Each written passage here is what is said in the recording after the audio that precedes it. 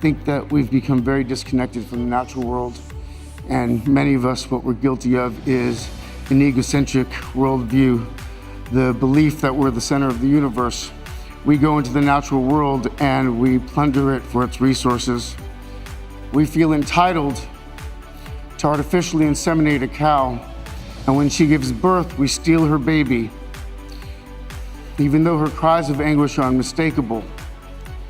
And then we take her milk that's intended for a calf and we put it in our coffee and our cereal.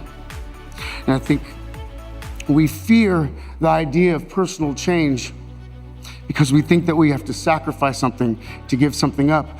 But human beings at our best are so inventive and creative and ingenious. And I think that when we use love and compassion as our guiding principles, we can create, develop, and implement systems of change that are beneficial to all sentient beings and to the environment. Now, I've been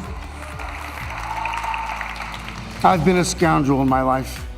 I've been selfish, I've been cruel at times, hard to work with, and ungrateful, but so many of you in this room have given me a second chance.